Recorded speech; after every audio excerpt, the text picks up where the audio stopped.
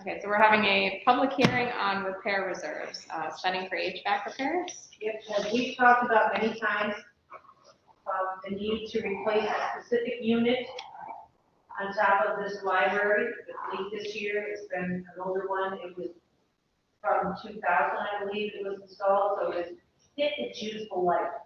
Part of the regulation when you have a repair reserve is that you have to have a public hearing first.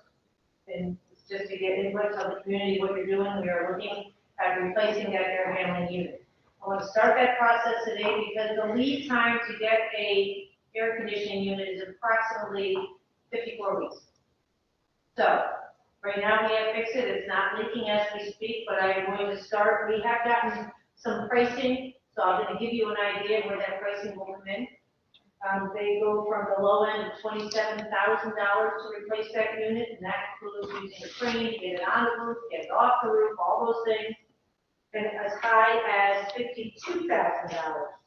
I don't anticipate this district spending more than $35,000 to have that done. What that allows us to do, Train, who I am working with right now, they have a median price of about $31,000, and that includes the crane, everything else. We'll be doing some pricing on this, some finalized pricing, but I don't anticipate this district to spend more than $35,000, and if final pricing does come in, I will not do it unless we meet as a board and have another public hearing. But again, it is to replace the unit that is directly over the entrance to the library, and that'll be one big thing done before, we start replacing all of them with as much as we can with the project that the board approved last May. What we can get done, and we will continue to budget and do them going forward. How much is in their repair reserve right now? I don't remember what's in there. Do you remember? I do know that. If you give me a second, I'm going to think about that. $239,000 in that ballpark, right? About that. And again, we haven't made any motion or any decision to fund any of the reserves either. So we might be just funding it right back up to spend it again. But there's other things that I've been talking with some of the facilities that we possibly could use some of that money for that will continue our talks during the budget season. Does anybody have any questions? Public board? And you're thinking Train, right? Because the overall project on the rest of the roofs are Train and or moving forward with Train? The Train units on the roof themselves, yes. And again, some of the discussion I've had during the budget season and concerns that I have are the control systems that we use right now. Right now, we use controls that are Train proprietary Train. There are universal control systems out there that we could pull away from Train so we're not tied to them. Other outfits also will come in and do some of the control work, but when they get to a certain point, when you're looking at some of the internal pieces of the air conditioning and the heat systems, you're limited when you use Train if you have an outside group come in. So I'll be looking at that as a possibility for our district sometime in the next 3 to 5 years to change that control system so we get more bang for our buck. We could use it different, we could do an RFP, somebody could come in, and we could make that process so not always tied to Train for the exposure. Units themselves, I think, are very good. I don't disagree with that, but it's the control system and how your hands are tied. So that's how simple a public hearing is for repairs. Perfect. Thank you very much, everybody. Okay, thank you. Close the public hearing. Close the public hearing with no further comment. And 6:37, we'll call the regular meeting to order. Could I get a motion to enter public session? I'll make a motion. Second? All in favor? Aye. We're in public session. Could I get roll call, please? Mrs. Jaskula. Here. Mr. Evans. Here. Mr. Luke. Here. Mrs. Shea. Here. And Mr. Robbins not here yet. He should be here in a moment. We stand for the pledge of allegiance. Pledge allegiance To the flag of the United States of America and to the republic for which it stands, one nation, under God, indivisible, with liberty and justice for all.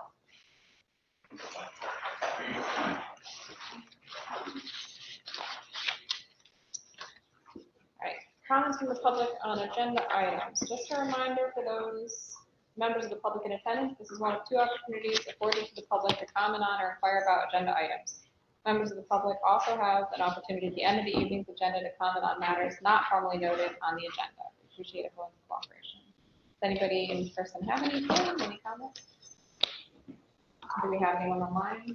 There are two attendees, there are no comments. All right, and if anybody wants to submit comments to email, the email address is boecomments@manans.org. If there's something in there now, if anyone has anything to send, we can read it at the end of the meeting. Make note of Longo's about it. Oh, yep, Alongo's Yep. here at 6:38. Okay, no comment. We go to the approval of minutes. Could I get a resolution, please? Be it resolved that the Board of Education of the Manans Union Free School District accept the minutes of the August 28th special meeting. Second. All in favor? Aye. Abstain. I wasn't here. Right. Any opposed? One abstain. Okay, discussion items, superintendent's reports and updates. So there are two topics that I would like to provide an update to the board. In regards to the pavement update, we have completed, it is called the CREST application. We have worked with DSR and Bernie Donegan's office to complete that application, and that application has been sent to Thad Rotsberger over at the office, and then he will work to process that application. I've asked him to keep us updated as it's progress, but on our end, we have completed what we need to do, and we have it in their hands so that we can hopefully move forward with the planning and the pavement work that we would like to accomplish with the funding. So now we have to wait for data to get it and then approve it. Do we know what they're running right now? I think last time we heard it wasn't too bad. 10 weeks. So the pavement, I don't believe is that long out. It usually is probably, I was hearing more around 10 weeks. But as soon as we have that information, then we can start to move forward. And, you know, one of the pieces that's going to be important is getting the work scheduled. Because, you know, at this point in time, a lot of paving work is wrapping up, and we'll have to make sure that we get on somebody's calendar in the spring. So, you know, that'll be the next piece as we move forward. The second update that we have for you is around community eligibility. So we have spoken a lot about free and reduced lunches, and we're really waiting to see if there would be any movement at the federal level to lower the percentage. So currently you have to have 40% of your families qualify through direct certification. You qualify through direct certification if your family qualifies for Medicaid, has SNAP benefits, is experiencing homelessness, or is a migrant, falls under migrant status.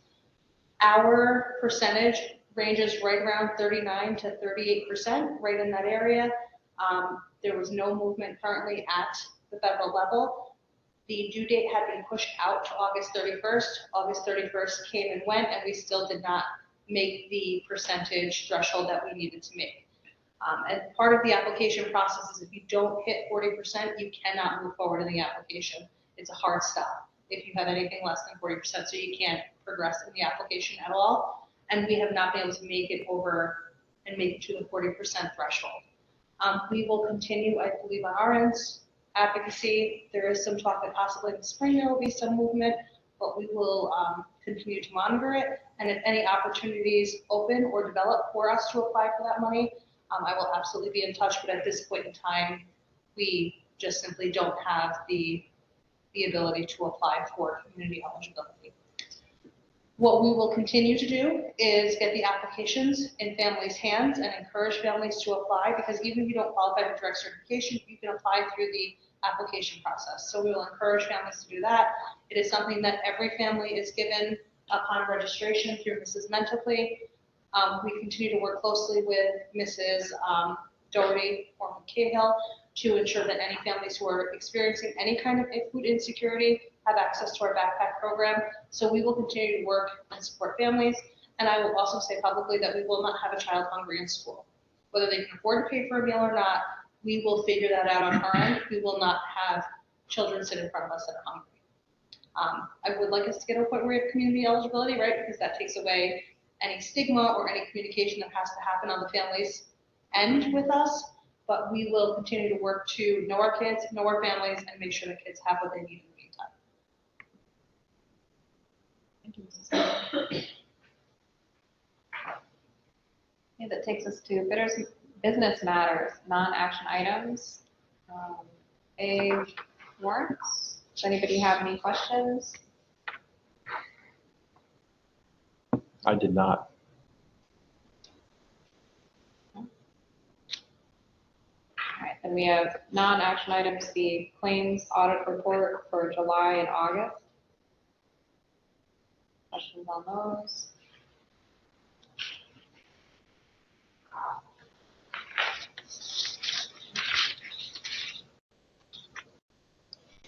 Or appropriation status report.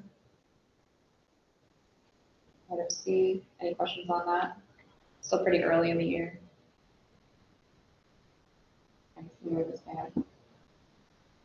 Thanks for all the information, Joanne.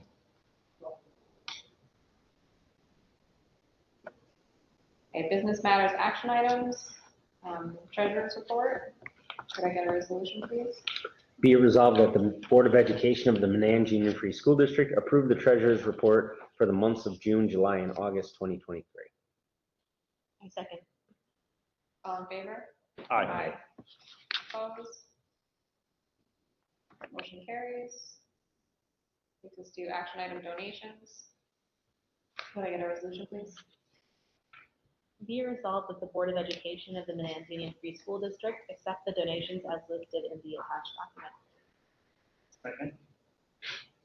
Looks like we have a lot of school supplies, Colony Center, a community member, and Next Step Federal Credit Union. Thank you for those donations. All in favor? Aye. Opposed? Motion carries. Item C, disposal of items. Could I get a resolution, please? Be it resolved that upon the recommendation of the Superintendent of Schools, the Board of Education of the Manans Union Free School District approves the disposal of the items listed in the attached document. Second. Um, Do you know if the desk got a good home? if you wanted to speak about the list at all. Absolutely. The So longer list is fine. yes, we have been working to replace student desks and chairs over time. The desks that we are currently looking to dispose were here when I first started back in 2001. And they have, I would say, lived their life as far as they're used for instruction. They're large, they're bulky, and they don't really match the work that we are trying to do. And in these desks in particular, we have replaced the desks in Mrs. McQuaid's room and Mrs. Albert's room, and we're doing the sit-stand desks. So the desks can be raised up for a student to stand during instruction, they can sit, so they match much more along the needs of what our kids are doing currently in classrooms. I will, upon your approval tonight, take a picture of the desks, and I will share them with local leaders, and if anybody has any use for them or would like them, we will absolutely donate them to another school district before we go with a strict disposal. They're still in good working order. I think some of them probably need some screws and a little bit of TLC, but for a school that may be operating with tables and they want to replace with desks, things like that, I will offer them up to my colleagues to begin with. If you're able to try local churches too, for some high school classrooms or things like that, if no actual schools are interested. Don't think we voted yet. I second it.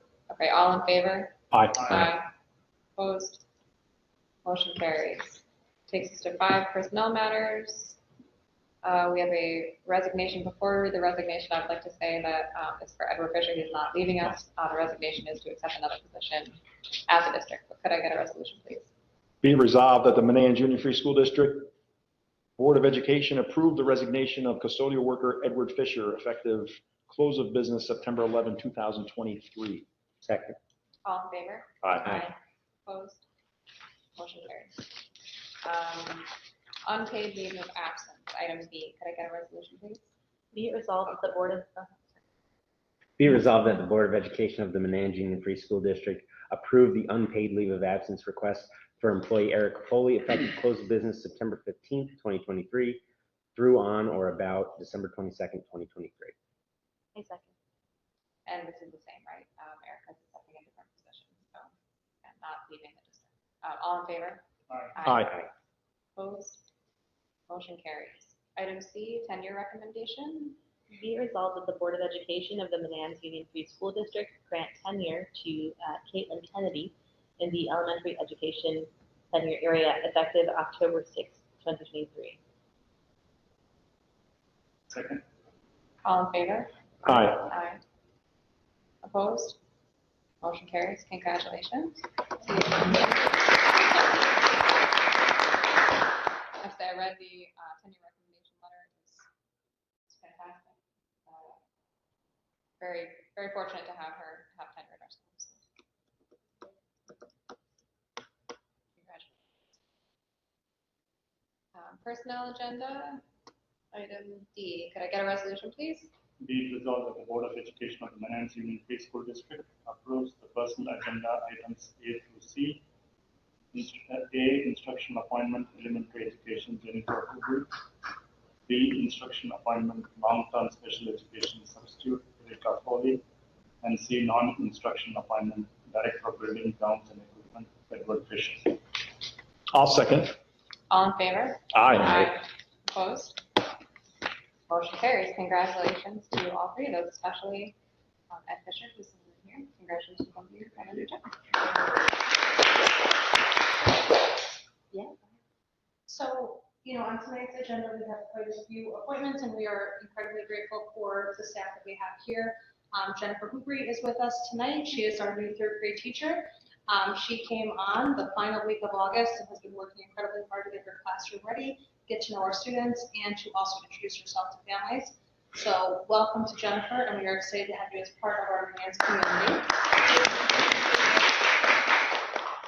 Ed Fisher has been with us in an evening custodial worker. Ed is absolutely detail-oriented, committed to our school district, and is really excited to move into a leadership position. He has already started doing some of that work just naturally before he was formally appointed. We are excited to have somebody within that we know move into that position, and we are excited to have somebody who knows our kids and our school building well. So congratulations, Ed. We look forward to working with you as well. Thank you. My honor and privilege. And then last but not least, Erica Foley couldn't be here with us this evening, but she has been an aide in our self-contained classroom for the last 2 years. She is currently studying at Russell Sage College for her master's degree in special education, and specifically has a desire to work within self-contained programs. So Mrs. Frank worked with her and a couple other candidates, had some conversations, and Mrs.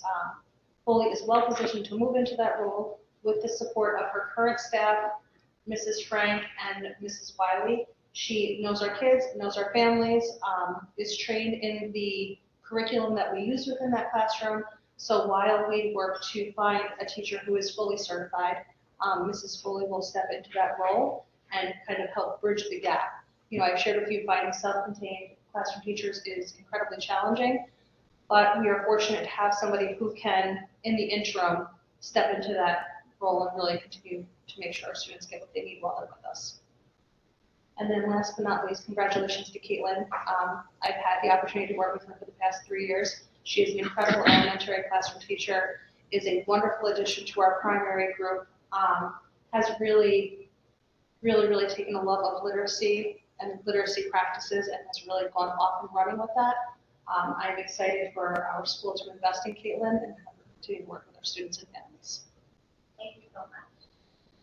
I will also say to those of you who joined us for this evening, please feel free to leave if you would like to and go join your families.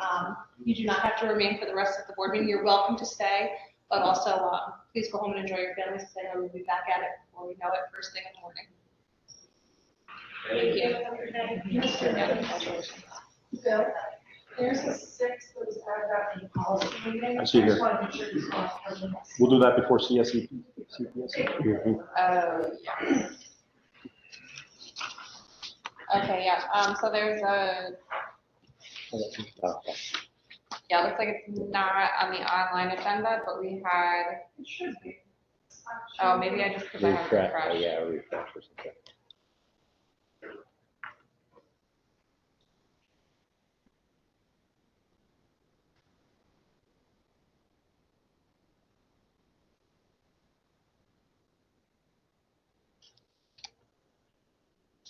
Okay, yep. So number 6, we have a first reading of policies.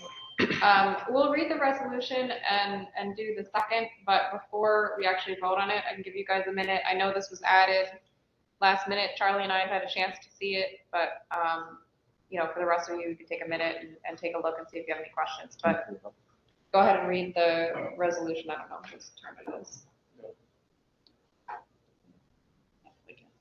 No. You just give us a background, Courtney. Why don't you just give us a little? Want me to read it in and then you can Yeah, discuss go it? ahead. Yep. Be it resolved that the Board of Education of the Manans Union Free School District, upon recommendation of the Policy Committee, approve the first reading of the following policy as listed.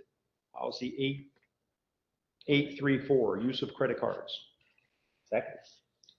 Okay, so what this policy does is most of our purchases done at the school are done by PO, but every once in a while an expense comes up that is really just very difficult to make without a credit card. Joanne gave the example of filling the truck up with gas, certain emergency purchases at Home Depot, if there's a screw or something for iPhone, the maintenance crew needs to all of a sudden get at Home Depot. But if there's something that they can't wait for a PO to come in, they might need to use a credit card. And we don't have a policy right now on credit cards. So this policy would allow us to have district-owned credit cards. They would not be issued in the name of a person. They would be issued to the school. They would be kept in the safe.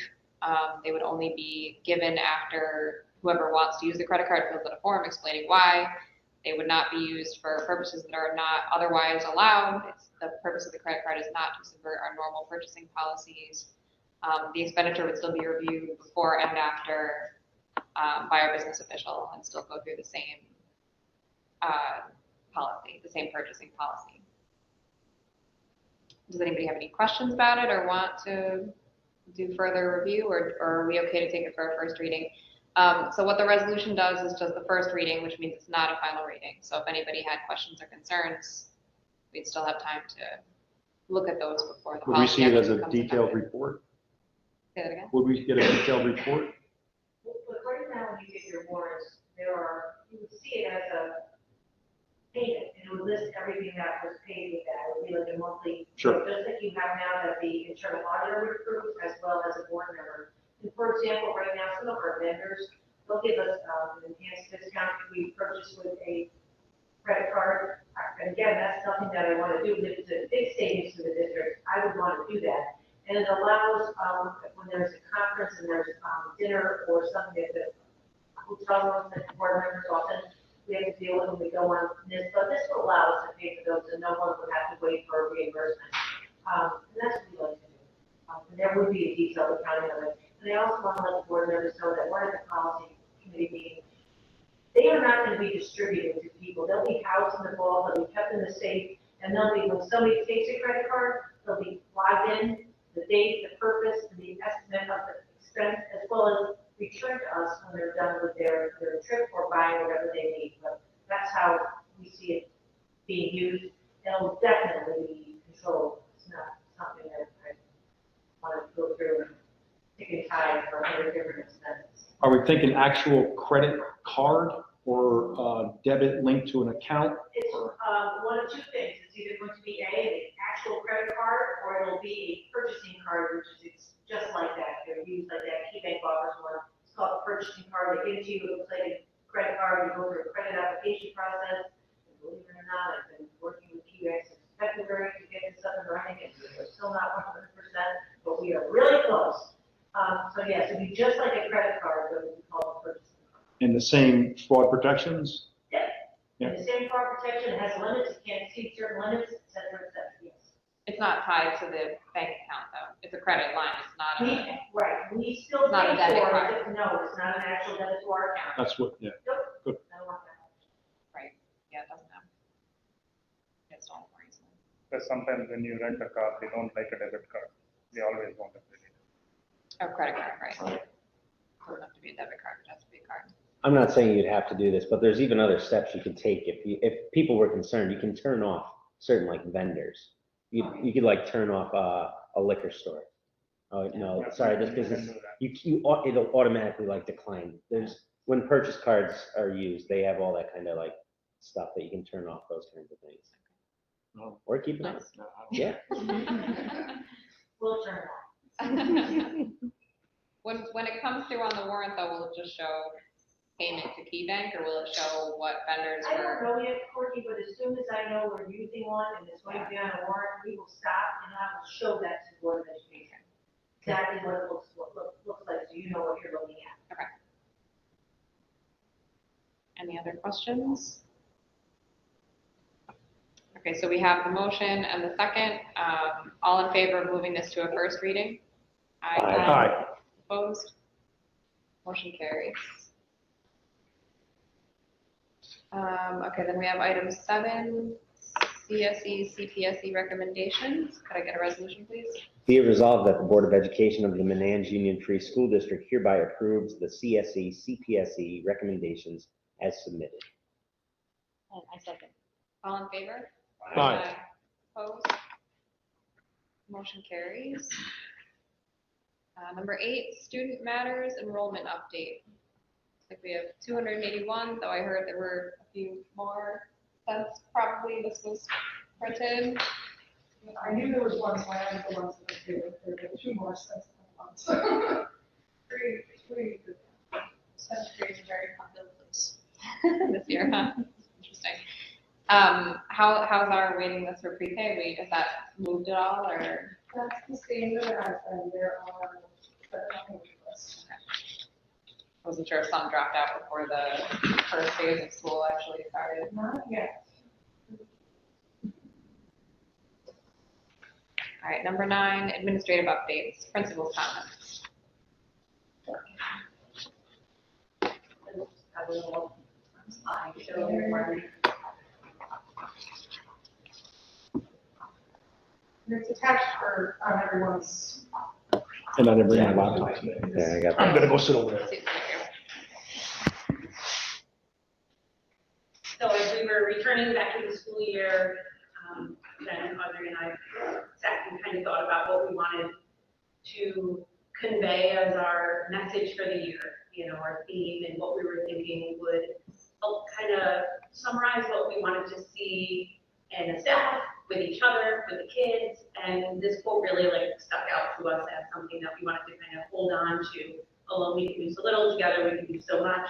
And you know, we're just thinking back, like, you know, we've all been through COVID together and then the return, and when you think about that time, like none of us would have done any of that without us really kind of sticking together and pulling it together. And we see the value and benefit of that, and where that's going to take us next is even more awesome to see. The stuff that's going to be happening in the classroom, us thinking about the community that we're building, responsive classrooms, ordered practices, those type of things really speak to this. So this is kind of what we've been putting on the hearts and minds of our staff and our students. So we'll be returning to that many times. When we welcomed our staff back on our first day, they were right here in this room. It might have been 20 degrees cooler, possibly. And we had two different trainings in. We had the restorative practices in.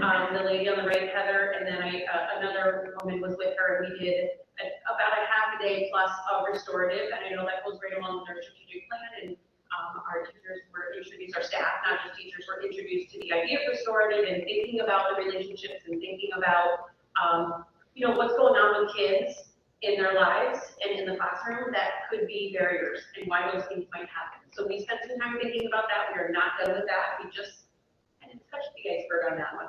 And then in the afternoon, we had Roseanne in, and she talked about bias training.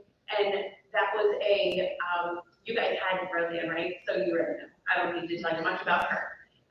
She was great, and we're going to see her soon as well. So that was a great, but a little cold first day. And then on our second day, we wanted to spend some time doing some community building ourselves with the staff. So we were in the much warmer auditorium, and we did some advisory meeting stuff to try to build some community within our staff and model advisory. Jen spoke to our theme and got the staff ready to go work in their classrooms. And then they spent a good portion of the rest of that day working in their classrooms and getting ready for, what do we got next, Liz? The kiddos. So, a couple more staff. Tracy, you're very popular. Oh,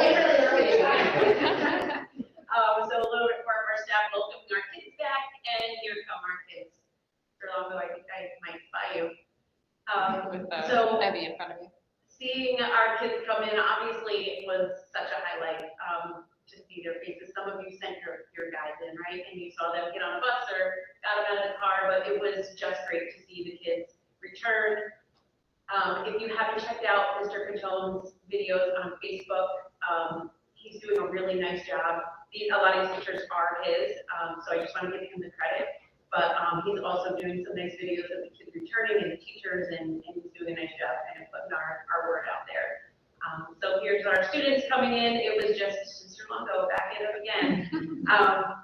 It was just wonderful to see our students return and see their teachers, and all the hugs and smiles and laughter was just what we do this for, exactly why we do this. So that was a great thing to kind of start the year. And then what do we have coming up? So Camp Digicook is tomorrow. So our 8th graders are headed off to Camp Digicook. They are ready to go. They are gone for 2 nights. They come back Thursday, I believe, yes.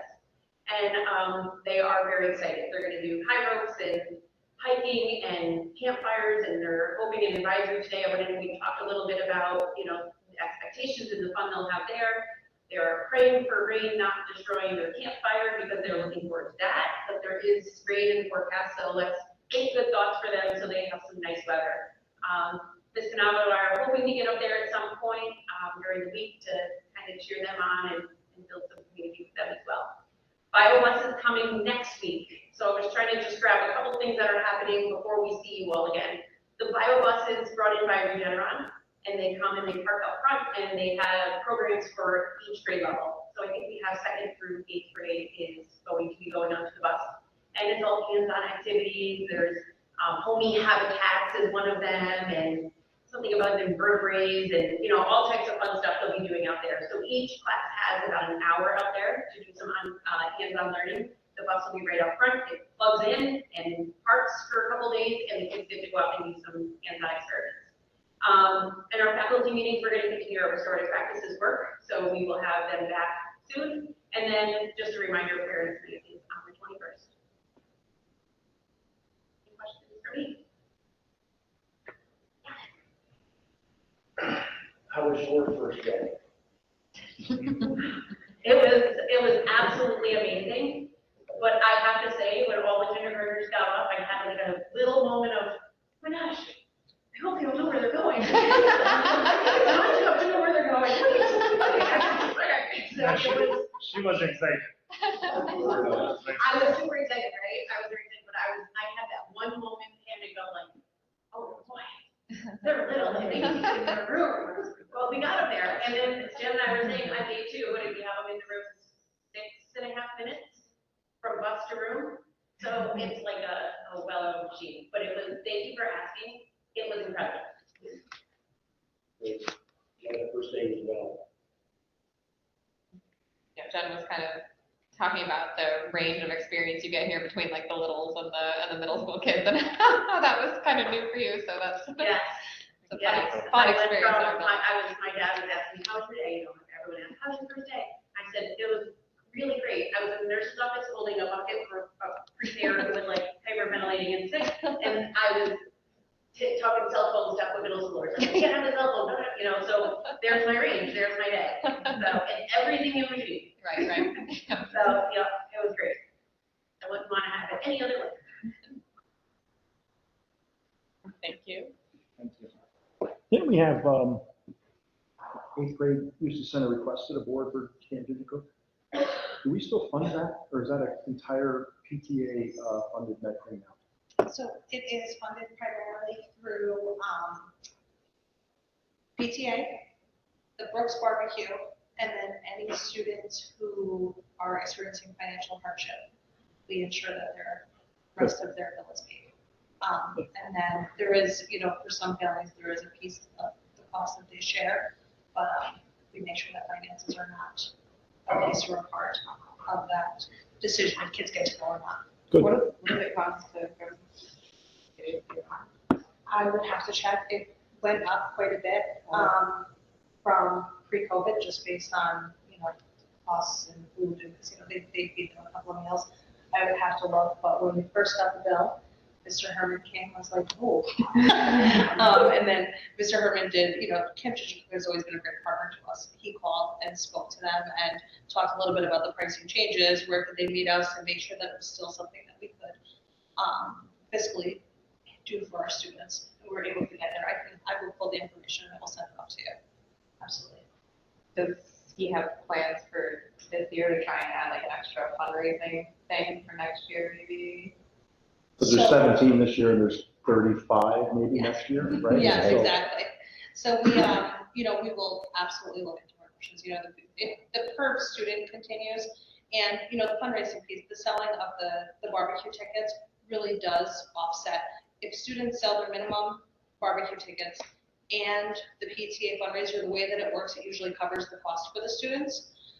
Sometimes we have students who don't sell tickets or things like that, and then that's sometimes where the cost can change a little bit, but, they do also a catalog fundraiser, and, Didn't they did snacks, did they do snacks last year? Mhm. Oh, that was a drama club thing. they do sometimes a bake sale, yeah, water bottles, absolutely. So they'll continue to do those things as well. And that does, it helps for also if they do plan our classes used to go to Boston too in the spring. So it helps offset the cost of that and also graduation.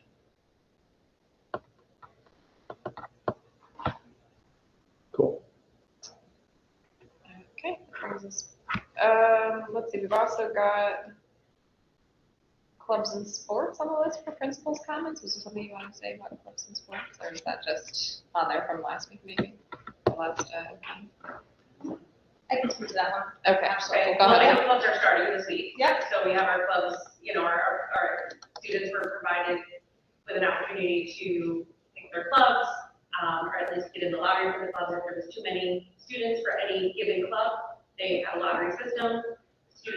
Parents were notified this week if their student or their child got in the club, and they started today, I believe, was day one of the clubs. So they are off and running and seem to be very active and popular. So they're going well. I'm not sure if the sports, same thing, right? Mhm. They fit in the same boat, yeah. Yeah, I was notified at the club I'm running. So I just wanted to make sure that- We got you. Kind of forgot I was signed up for that. What's your first visit tomorrow? Starts tomorrow. You're good to go. It's gonna be great. Okay, that takes us to superintendent's comment. So our first 2 days back, Principal Wiley spoke quite a bit about, what our teachers experienced and what we were doing. And I think the real highlight here was around the work that we did that aligns with our strategic plan. We will continue to work with city BOCES and 2 trainers that are with city's BOCES to help us become fully trained in restorative practices and what that means through the implementation of our code of conduct.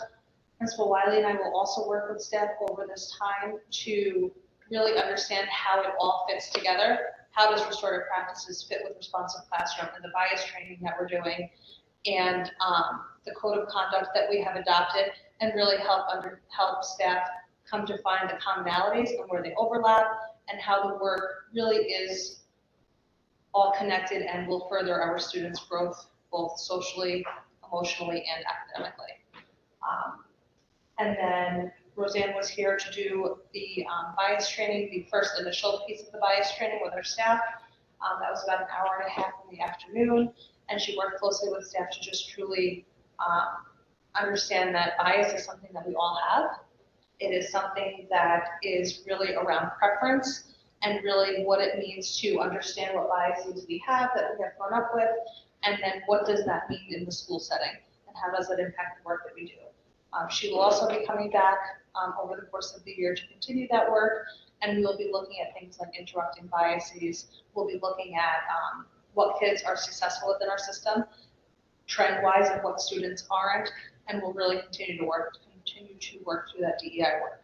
I think one of the most important things is having a trainer that people hear and people that bring people to the table for the conversation and doesn't alienate them. And I would say that Roseanne does that. Roseanne does a nice job of bringing people together and to really allow them to be vulnerable and to do the work. So I'm glad that we found her. I'm glad that we will continue to work with her, and that work will continue over the course of the year. And then my second piece that I had for you was around New York State test results. This time of year, we are often looking at state test results and trying to understand those results and how they impact instruction and what students may need academic interventions. The test results aren't going to be available for probably another month. They told us to expect them like mid-fall. So last year was the first year of the new standards being tested, the next generation learning standards. So when a new set of standards comes out and is being tested, it usually takes some time for the state to do all of their data analysis before they will release those results. They have given schools some guidance around how to do selection criteria for students who need academic intervention. We'll be working through that process as part of our MTSS plan that Mrs. Frank continues to work through.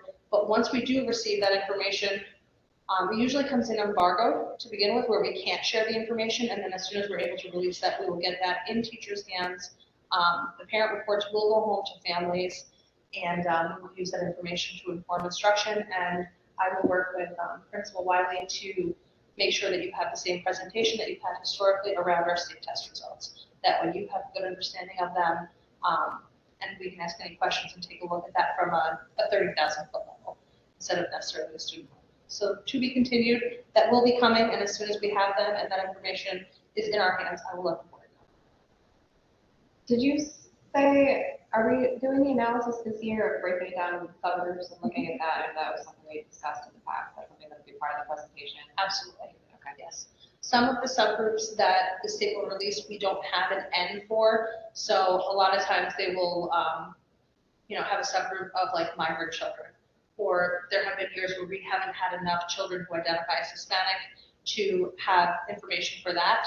But we will let you know. If we just didn't have the enrollment numbers for a particular group, we'll be upfront and just let you know that. And you'll see that on the report card. There were times when, we didn't have, we never have really a number or information around Native American or Alaskan Natives, just because that isn't a substantial part of our population. I also had a question going back to the competency and restorative practices. That's a shift for us for sure.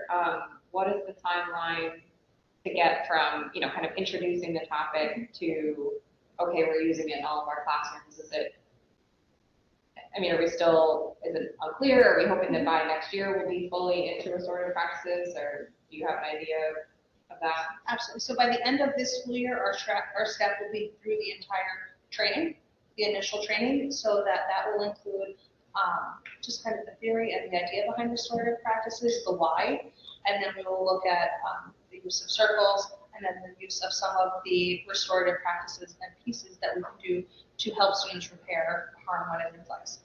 The piece that I will say, and part of the work we will do with our staff, is a lot of the principles of restorative practices and a lot of the practices of restorative practices align with the work that we do in responsive classroom. So a lot of times we talk about logical consequences in responsive classroom, and some of that really comes around repairing harm, like class meetings, or bringing two kids together to conference and talk about things. I think it's a little bit more defined and a little bit more specific when we look at it through the lens of restorative practices, but the work that we've been doing will align to that. But at the conclusion of this school year, everyone will be through it. And then next year, we will look at, and what does that mean now? Like, what do we do with that? Are there practices? Are there things that we need to put in place? Are there pieces that we need to build into our day? Rules that we may need to have people pick up so that, we become intentional when there is harm done or when the code of conduct needs to be addressed. There still are traditional consequences, but how do we pair the restorative piece? And that's got to be part of the message too. Restorative practices don't replace consequences. Ultimately, you want them to work in tandem so that our students learn from whatever may have occurred in school. So Principal Wiley has quite a bit of experience as well. Is there anything that you would add in that realm as we work through this? I would say that one of the things that made me clear the other day is that in restorative practices, 80% of it is the proactive relationship building that happens in the classrooms and happens on an everyday level that I see happening a lot anyway because of responsive classroom and because of who we hire. I'm seeing that proactive piece happen a lot. So a lot of that is just kind of solidifying like, oh yeah, we are doing this and it fits with this, and it makes sense. So some of that is already happening. I think the piece where we're making strides is more the reactive piece, where we're looking at consequences and how, like Ms. Cano said, the consequences being aligned to restorative. Yes, we might have, yes, you might be sent out of the classroom, or you might have a consequence of after suspension, but how do we repair the relationship that maybe was broken in that meantime? Which is similar to responsive classroom. I will say that school tool does have restorative responses in it now. So teachers, when they do a referral, when they drop down, they will see restorative actions listed. So those will be conversations that I'll have as referrals come in, and as I have conversations with students and teachers about those options. So I think some of that will happen naturally as well. Thank you. Does anyone else have any questions about either of those topics? So test results, and I know it doesn't really apply to our pre-K and kindergarten, first grade area, but we do have now a year's worth of pre-Ks that are now attending kindergarten, right? From our own in-building, in-house teaching. Is there a way maybe then to track those students that are attending pre-K and following us through the district and see where they stand and address a pre-K program moving forward? Absolutely. So we keep our assessment results from year to year. And since I began 3 years ago, we made them digital. So they all live in one place now. So that information is pretty easy to track, and then we can follow groups of kids. So while we don't have state test results, we do a literacy assessment at the beginning of each school year, and we look at letter identification, sounds, sight words, a variety of early literacy skills. And then we also are able to track kids over time through our NWBA, which are our local assessments. So we can look at groups of kids and see how are they progressing compared to, say, students who maybe didn't come through our pre-K program. Right. So we can absolutely put something together. Great. Absolutely. Grades NWA starting Kindergarten. Okay. Just care for it. So in kindergarten, first for reading, at least it's mostly listening comprehension. But it's still like listening comprehension is the precursor to reading. So it all seems to align very well. If you have strong listening comprehension, you often go on to be, a more skilled reader. So it all seems to flow and follow.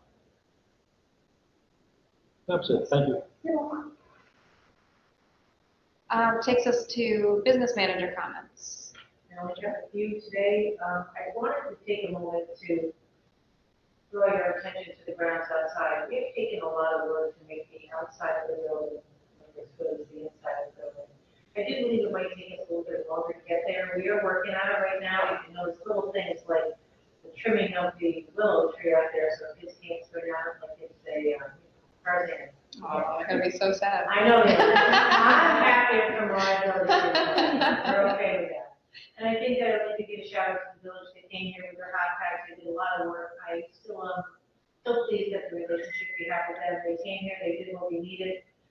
See a lot of properties, hindsight, probably a little overwhelmed at the work they have to do. I think we let some of the things out back go by the wayside. There's some trees that fell down that we just let it move around. Well, it can't have that. So we didn't spend a lot of time and money to fix those things. Taking up some of the shrubs that are, were there out front. I don't know if anybody notices those things. But give us another year. The outside of this building will look just as good as the inside. Coming back on the inside now we have to fill a void. We're very happy to have Mr. Fisher on board. We have to now replace him. We have to do that around a couple of pre-approved time off for some of the other people in that department, and we will persevere and it'll be done. Those are the things that we're working on. The audit update. I submitted the last piece of information that they were waiting on today to the auditors. It had to do with our fixed assets. So we'll have no delay in our getting our financial reports. If there is a delay, I'll let you know sooner than later. I have scheduled the next audit committee meeting for October 5th at 5 o'clock. I'll be sending an invite to the entire board for that. And that'll be on a Thursday night prior to the board meeting on the following Tuesday, because that will follow Wednesday. Right now, I don't anticipate any problems. We have next time we meet, we'll talk about the reserves, the reserve plan, the plan itself, including any transfers that we want to do. It's been a busy summer. always impressed with how much work we get done. I think our school district looks absolutely beautiful inside and out. But just all the hard work of the administration, the teachers, the O&M staff, the people who try to really is a beautiful school. Beautiful. That's it. Thank you, Joy. Any questions? All right, thank you. Takes us to miscellaneous. So this is an opportunity for board members to ask questions, bring up any items they want to share with the board or with the administration. Does anybody have anything?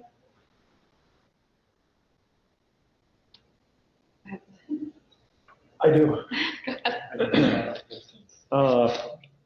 Basketball club starts tomorrow. Outside of that too, CYO is open for registration. There's a link and there's a website and there's maybe flyers that went home as possibly, but it's on Facebook.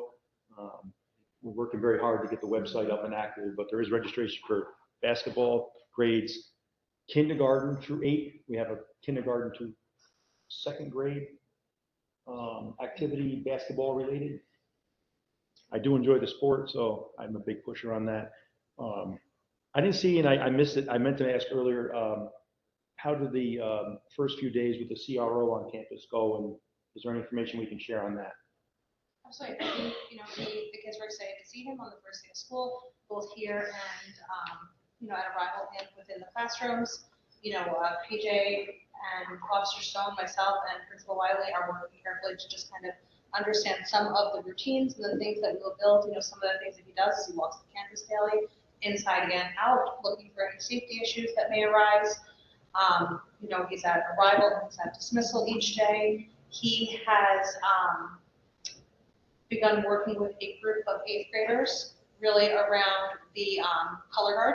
So they go out each morning and they raise the flag. They go out in the afternoon, they take the flag down, they fold it. That is something that we used to do years ago when I was here. So it's nice to see that happening again because our flagpole isn't lit. It should be taken down each evening. So he's been working with our kids on that. And there's just some lessons learned that come through with that. Whether, today the flag was at half-mast, and why is that and what do they do?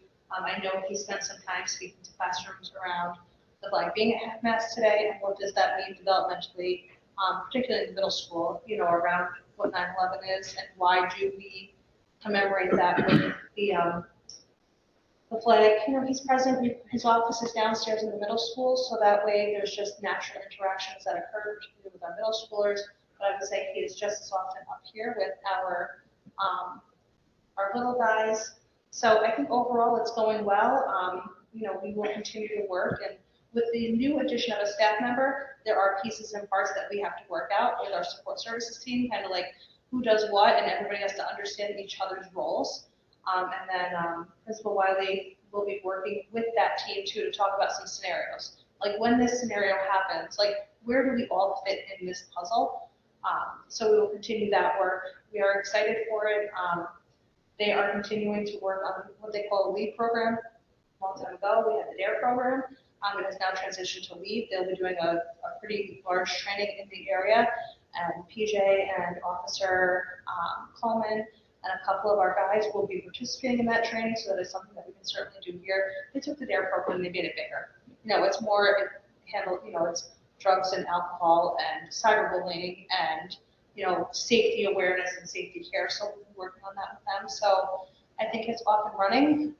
The department has been an excellent partner.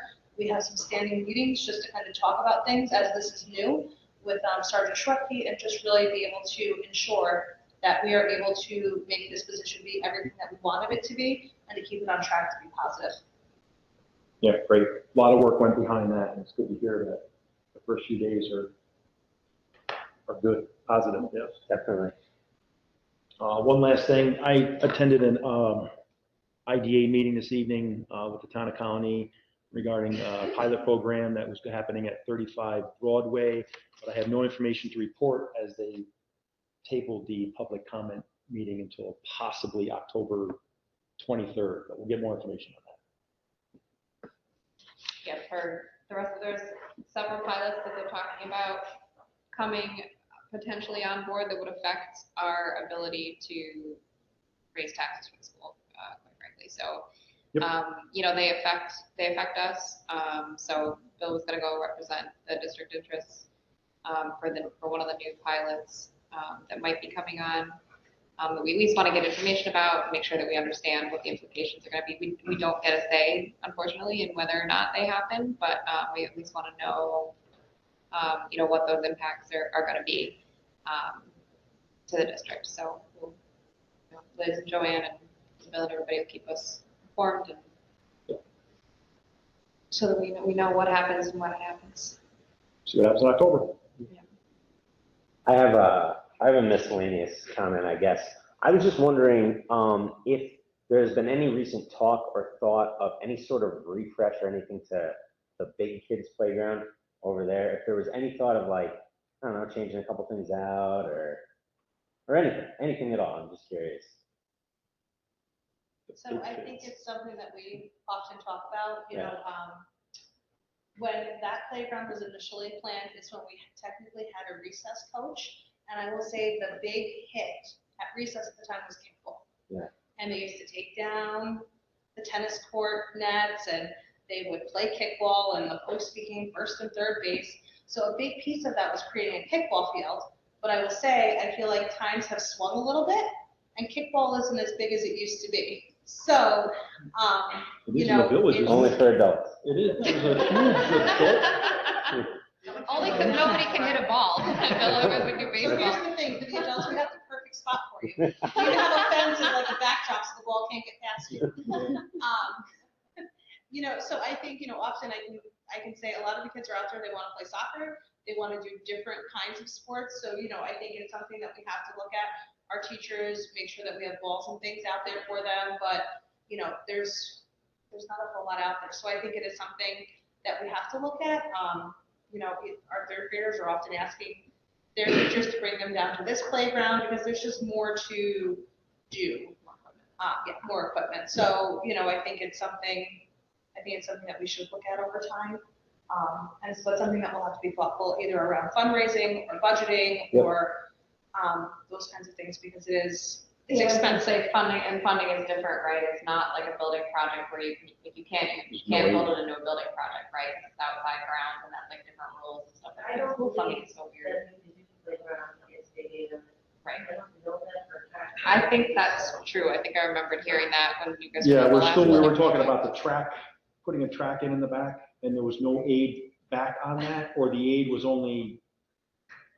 She can't hear you. She doesn't No. know, maybe you Oh, can't. yeah, no. I've been talking about that for 11 years. That'd be awesome. But yeah, I think you're right. The aid is not at all what you get for building related services at all. It all depends on the incidentals, not the incidentals, but whatever you can, are aid changes for those things Yeah. that are such improvements. What I will say overall is, particularly when I was in my former district for a couple of years, what truly seems to make the greatest impact when we look at playground is if we have a group of parents who want to kind of be all in, because that really is it's going to be the fundraising piece of it that's hard. And we did under superintendent meeting, that's how this playground came to fruition. And I think this one like went all in, and then I think people kind of lost steam over time. But I think it's something that we could absolutely take a look at, and especially if we have some families who are really invested and want to do the work with us, we certainly can get a committee up and running and see just initially kind of what some of those first steps are. Sounds good. Might be a good thing to bring up at a PTA meeting, which is what I was going to ask you. When is the next PTA meeting is before? It is going to be September 20th. It's the night before open house, 6:30, and their intent is to do it in person. They will stream. They're going to try to set up childcare. You know, I think their hope is to offer both virtual and in-person meetings, but really trying to make the first one in person, let people meet each other, get to know each other, pass around the good old committee sheets. You have much more likely put of people signing up when paper lands in front of them. So they're excited to do that and then offer childcare as well. So families who have little ones at home, they can come. We'll have some adults And Arizona volunteers to help, and we get some people to watch and play in the gym. Keep the kids busy while the parents are down here with us.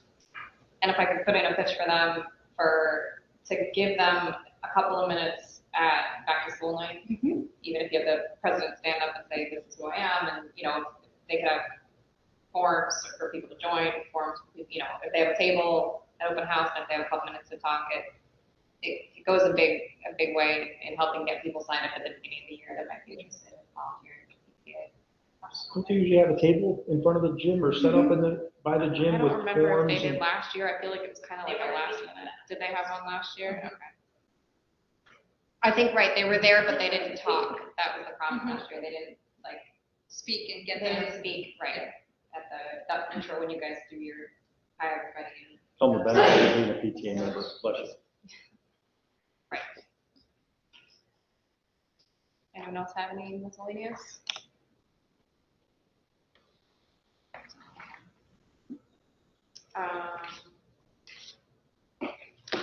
Okay, then we have our public comment. Please note, during public comment sessions, members of the community may address the board on agenda and non-agenda items. The board president may limit remarks to individual speakers. Speakers must identify themselves and the topic on which they would like to make remarks. Anybody in person have any? I'll just say that I think it's great after like 20 years, Apron is still doing the same fundraisers. And I will tell you, it rained the whole time from experience, they will still have just as much fun, and they will still be campfires, just indoors, because it rains. There.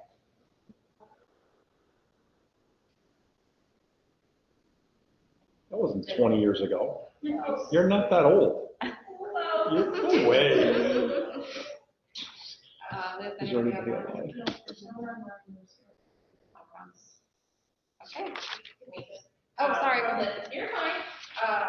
A lot of teachers were talking about the positive start to the school year and recognizing the need for some congruency and time in their classrooms. So we are very thankful to administration for allowing that and allowing, us to learn and giving us the PD and not just expecting that to happen. So teachers walked away feeling really good about those 2 days, knowing there's a lot of work to be done, but they really appreciated that time. Thank you. Thank you to the administration. Anyone else? Sorry. I'm just gonna piggyback off of that. I also think it was great for government update to offer some of that for the parents. Like if there's like a time where there's like extra space, when you're gonna have training already, that like parents and things like this is important for us to know like what the teachers are learning and then wait to then bring it home. So the PTA in the past has done like, we did some, it was before COVID, so some parents as partners workshops. We had different things. So it was on internet safety. We did a couple of different things. It would be great to bring some of those back around, you know, whatever topics parents want to hear about, or even, you know. So yeah, I think that'd be a great thing to mention at the next PTA meeting.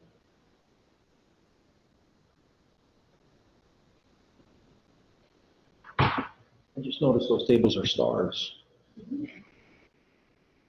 I just noticed that. And they drop to the floor too.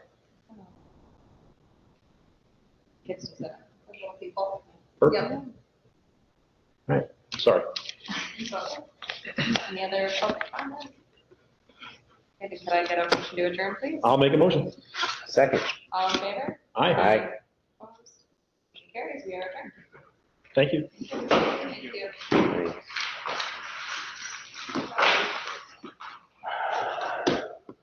My message couldn't